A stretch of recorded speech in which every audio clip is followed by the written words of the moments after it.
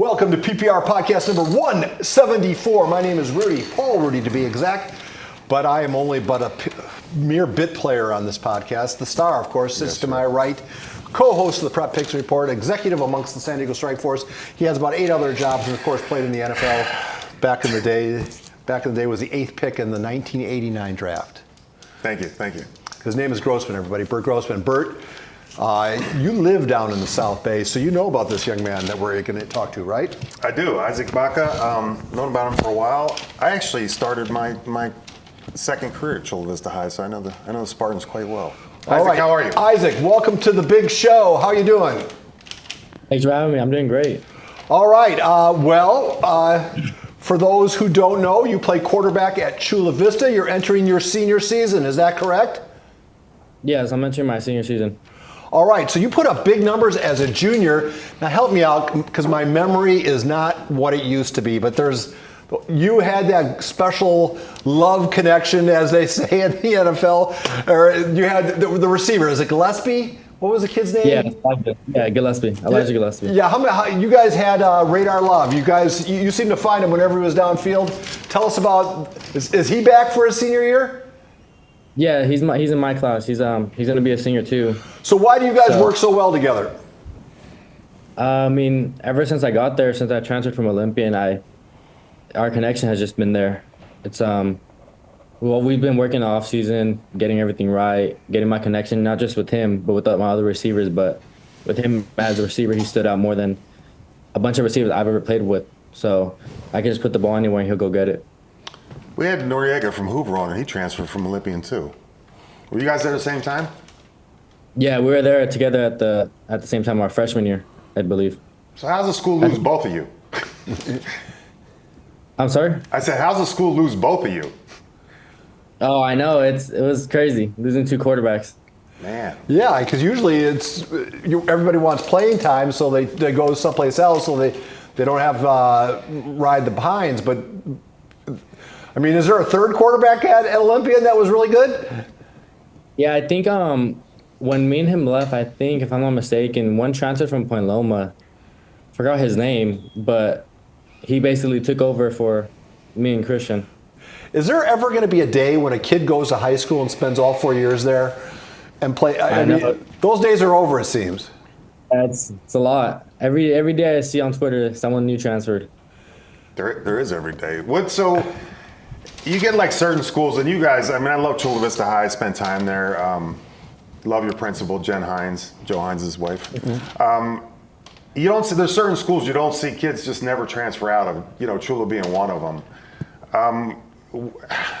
I guess what was the secret to keeping a neighborhood school? I mean, you get just one class where nobody wants to leave all their friends in that class, but you guys seem to be immune to that. I mean, Chula Vista, you can never beat Chula Vista. I feel like Chula Vista is just all around like a great community to be around. Not just a school, like everywhere around is safe. You feel welcomed everywhere you go. Has a lot of history at that school. So I feel like Chula Vista has always been great since I've gone there and since what I've heard. And plus, Coach Bannister is pretty special. I mean, he's kind of like if I told you Coach Bannister coached me, you would say, oh, yeah, he's that, right? And Ron Berner was his OC. Yeah. So he's kind of, I appreciate him because he's just kind of a old school dinosaur like me. Yeah, he is an old school coach for sure. I'll say that. So talk about him a little bit. What's your relationship like with him? My relationship is great. I can say one thing, I haven't gotten yelled at by him. So that's one thing that's good. I remember when I was transferring, people were like, oh, he's going to yell at you, all this. But I still haven't gotten yelled at, so I think I'm in the green with that. But no, he's a great coach. He's been around for a long time. He obviously knows what he's doing. He's always helpful with us, like outside of football. If we ever need anything, we can contact him whenever. He's just Coach Bannister. Well, I'll tell you how you make him yell. You talk about the condition of your football field. Oh, goodness, you had to go there. Oh, honestly, I love it. I love the grass. I would prefer to keep it, maybe just fix the track around it. But I love playing on grass. I prefer that over turf. I feel like it prevents it. Have you seen your huddle? It's not grass, it's mud. I mean, I turned your huddle on. I'm like, there is no grass. Oh right, yeah. Especially during our Westview game, that was bad because it was the semifinal game and it was pouring, and during warm-ups we were all just muddy. Like the game hasn't even started, we're all looking dirty. That was the one. I think you guys won like 11-8, and then you threw that long pass at the end to get in field goal range. Yeah, that's the game. What's that like at school? I mean, because Chula Vista hadn't been in the championship since like '98 or '80s or something. It's been a while. What's it like in that? Because Chula, I mean, there's like you said, it's a big community school. Alumni is great. What's it like around school? Like you get to practice on Thanksgiving. That whole thing. Is the school just go crazy that week when you're going into the finals? Yeah, it was different. Like especially practicing on Thanksgiving, that wasn't something normal. A lot of schools aren't doing, and I have never done. But no, yeah, it was a pretty crazy week. Like especially going in the championship game, anywhere I would wear Chula gear around, people would say something like, "Oh, congrats! Oh, like how good game," all that stuff. Especially at Chula Mall, everywhere there loves Chula. But no, yeah, even I had a lot of alumni texting me. I had Bo texting me. It's just everyone around. It's Chula Vista. A lot of alumni have gone there. Izaac, you know you're somebody if Bo Fertig is texting you. I mean, yeah, he's always texting me during this. He texted me almost like 3 weeks ago, I think. He's like, "How's the team looking?" He's always keeping up. He's alumni. Nick James too. Yeah, I forgot about Nick James. James, yeah. All right, so just to continue on that theme, it was great to be practicing on Thanksgiving, and then you run into a buzzsaw at Southwestern College in Mount Miguel. They were stacked then. They're going to even be more stacked this year round. Your thoughts about that title game? You put up some points against them. You just couldn't stop them. Yeah, I mean, they're a great team. Coach V's a great coach. Yeah, they're a great team. We obviously could have done way better. But, I mean, all we can do now is just learn from our mistakes and go back again. I'm going to ask you this question because you live down there. So I live down there and I'm always interested. A lot of, Southwestern College is obviously back on the map. And I'm seeing like a lot of kids that have offers, scholarships, but they're waiving that to go to Southwestern College. Is this something you think about? Because it seems like a lot of kids are doing that now.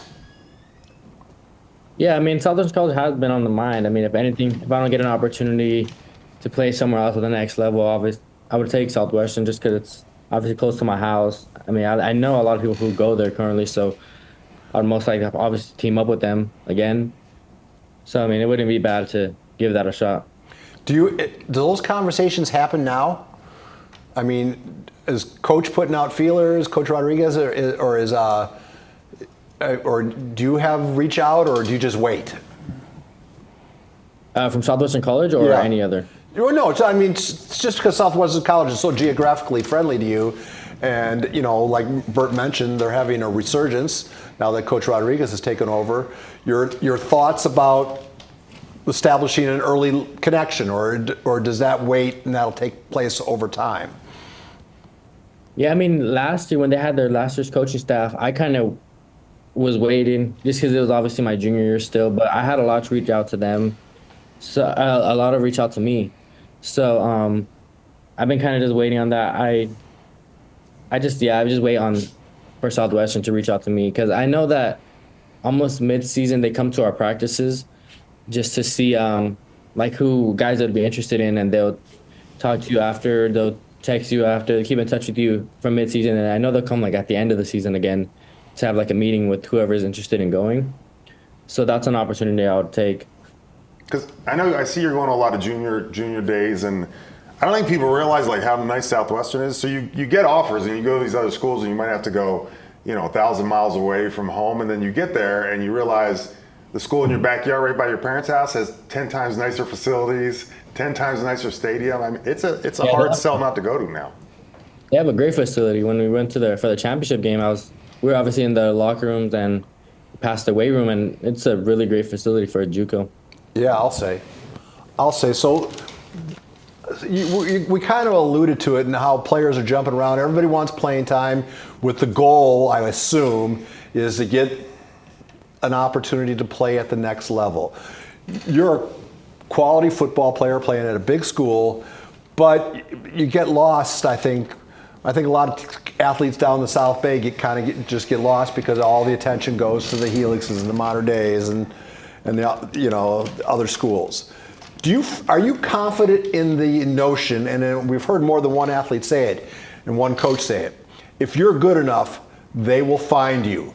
Are you a believer in that adage?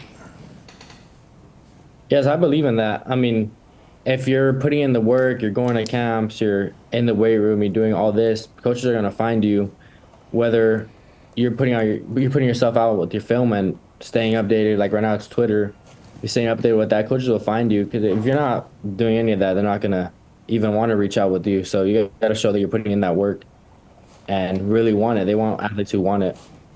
And I think you guys, looking at your schedule, you got El Cap, 2 great quarterbacks. We play in that one. That'd be a great game. Modern Day, 2 great quarterbacks. So I think you get exposure. It seems like you guys are playing a little bit up this year, so you get exposure because other schools look at other schools and then they say, who's this guy? Like the Telesco thing with the lava you were talking about. It's like you look at one guy and everybody else is like, yeah, but who's this guy? Right. So those are great opportunities. Hopefully we get to one of those things. So describe yourself as a player. You're kind of a dual threat quarterback, are you not? You're not afraid to run the ball? Yes. No, yeah, I love running the ball. So where do you fit best? What would be the best fit for you? Describe your skills and where does it fit best? My skill, I kind of got it all. I really try and spread the ball around, whether it's to my running backs, my tight ends, my wideouts. I really try to get the ball around. I feel like if we all work together, we're going to win games, be great as a team, make us look better than people think we really are. So it's like not being selfish about just, I want the stats, and I'm trying to get it to everyone. Because at the end of the day, I know everyone's trying to get their name out there, get an offer to play football. I know I have a lot of teammates that really want to play football after high school. So I'm really just a team player who wants to help everyone succeed. So you consider yourself a dual threat? Because I watch you, and it looks like you go through all your progressions and then you run. It's not really like, you don't really take off. You're pretty patient on your reads, and if there's nothing there, then you kind of run. Yeah, we have a couple plays where I just take off, but yeah, honestly, a lot of them have been either it's not open, I have to go get it my way, or it'll be reading the DN off a run. But yeah, we have it's mainly honestly how you said, after I throw, or if I can't find someone open. So tell us about your family life. How many brothers and sisters? I have 2 brothers and 2 sisters. So I get a lot of help from them, especially my brothers. One of my brothers is more of a school guy. I think my mom says that he's the school guy. I'm the not school guy. I like school. So are you all? What's the aging? Are you all fighting for the same bathroom? No, they all say that I'm the golden child. But are you all under this? Are you all living together? No, only one of my brothers does. It's just me, my mom, and my brother. Got it. And where do you play? Did you do 7-on-7 this past? Yes, I played with Fast Camp. What's that like? Because again, Paul and I are old, so we don't know it. So Fast Camp, you basically get to play with everybody at other schools, and you get to know everybody, which I think is the great part about it. Because we wouldn't play and we go other schools and we only know who they are. You guys get to meet these guys, become friends with these guys. Is that a good thing or a bad thing? Does anybody talk about transfers there? Any recruiting going on between players? Because I know you see some of your receivers in Eastlake or Demery, and you're like, hey, why don't you come over to Chula Vista? Or he's probably like, why don't you come to Eastlake? No, Fast Camp's it's a great team. I played against them a couple times and it hasn't been good. So obviously I would go to them to be on a better team, to meet better athletes. But yeah, when I play with them, almost all the receivers that I play with, I try and get them to transfer, but it's kind of hard when they. Yeah, well, let's not. Don't be getting in trouble. Yeah, let's not. I don't want to get anybody in trouble, including myself. Who's been the biggest role model in your life and why? I'm sorry? Who's been the biggest role model, the most positive influence in your life? Who do you look up to when you need to get a piece of advice? Who do you turn to? I turn to my mom. My mom has been there obviously my whole life. She's always telling me to work, be better than I was. So that's my mom just being my mom. And I always look up to her, whether I see how she does everything for us. So I try and work hard to get her stuff back. How many kids, I always say kids, how many young men have you got returning from last year's team? So last year we had 8 seniors. They're pretty, our bigger seniors. So basically, honestly, like our whole skill positions are back. We're missing a lot of our line though, which kind of sucks for me. Yeah. But we're rebuilding that, and we have a couple guys that were backing them up last year that really put the work in the off season, who I believe will get the starting job and keep me protected. Well, assuming Mount Miguel's going to be playing in a higher division, things could work out for you if you have the same kind of season, right? Yeah, of course. Yeah. Do you go, because, I mean, last year you ended up a D4 championship. I don't think anybody saw that coming. I mean, you guys probably did. Do you go into this year, I mean, because once you get a taste of it, do you go into this year and then anything less than D4 championship or D3 championship? Is it a letdown? Is it a letdown at that point? Has the bar been raised that much? I mean, it has, because like I said, like no one really expected us to be there. It's kind of just people believe that it was a lucky season, but we want to show people that last season wasn't just lucky, wasn't just our schedule. We want to show them that we've been putting in this work since the off season and are willing to get, are tough enough to get back to that position in a championship. And what advice echoes in your head as you try to get there? I'm always interested in what motivates young people, because I work with somebody who's no motivation. He has no motivation at all. What motivates you? Is it the quest to play at the next level? Yeah, I mean, like you said, like what motivates me is, do I really want to play at the next level? And obviously I do, so I'm putting in the work to show that I'm capable of handling the next level. And do you play baseball or no? No, I don't. You're a quarterback in the South Bay and you don't pitch? Seriously? I've been hearing about like it hurts changes your throwing motion and it can cause injuries, so I've been kind of just laid back on messing that up. So you're one sport, that's it? Yeah, I played basketball my sophomore year at Chula, and I did track and field too. Hey, do they still got What's your event in track field? I did the 100s and I did the 4x1. So you got some speed. I've been working on it. My sophomore year is when I realized I need to get faster. But I've been working on my speed to be more of a dual threat. Well, the one thing in common in all these podcasts is back in the day when Bert was a senior at Archbishop Carroll High School, and everybody around the nation was sending him college offers. He has a shoebox full of D1 offers from every school you ever heard of.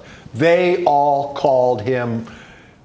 Nowadays, we're hearing stories of it's the kids recruiting the schools more, that they're much more active as recruiters, much more proactive in trying to get hooked up with a specific school.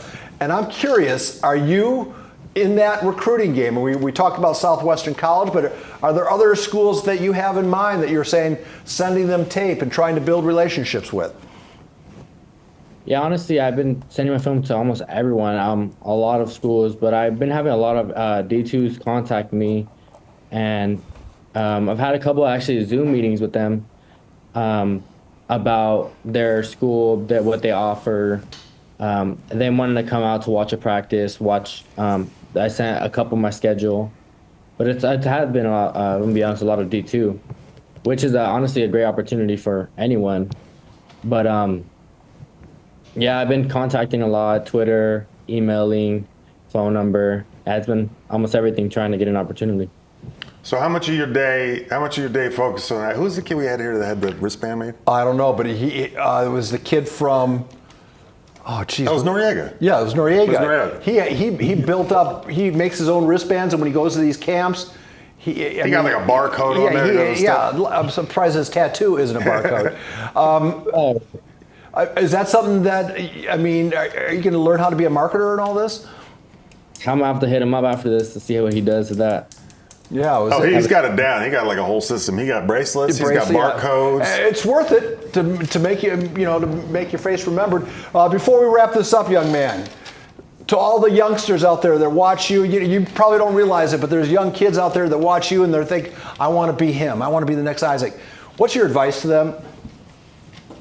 My advice would just be continue to always be working, never slow down on what you want to do. I mean, you can only get so many opportunities, and you got to take what you get. Izaac, I got one more thing. Okay. You saw the thing in Castle Park. Adrian started that movement and got the field fixed. Is there any way you could start your own movement at Chula, get that weird mural in the gym removed? Those weird. You know what I'm talking about? Yeah. Actually, I'm getting work down right now. So I think it's kind of too late. I think they got their setup already done. But yeah, there's something I got to do. Man. Well, tell me about this mural. What is it? You want to do it? I can't explain it. You want to explain it? Explain it to me. The weird mural in the gym? Yeah. I don't. You got to come check it out yourself. You couldn't even describe. You got to see it. You'd be like, "What is this?" So is it still there, or is it gone now? Oh, it's still there. I'm not. They're working on the gym right now. Like I said, I'm not sure if it's. I don't know if they're like redoing the gym, or I'm not sure what they're doing. But yeah, it should be still there. I don't think they're ever taking that down. That's the weirdest thing I've seen. All right. Listen, I need some pictures. I need photos that you own of your any action shots you have. Okay. Okay. Send me as many as you can. Take down my email address. I'll text you his email address. All right. So send me and young man, send them to me now because I'm going to be working on this in a couple hours and I can't sit around and wait for pictures. So make it a priority. As many pictures, and I'm looking for pictures with you and your mom. I'm looking for pictures of you in action, and I'm looking for any pictures you might have of yourself and Coach Bannister. Okay. Yeah, I got a couple of that. I got a good one of them. And then, do we got any pictures of the mural? Oh, goodness. Oh, no, I could try and get one today. But it won't get it to like 3-ish. But well, all right, then I'll edit that last. See if you can get it, okay?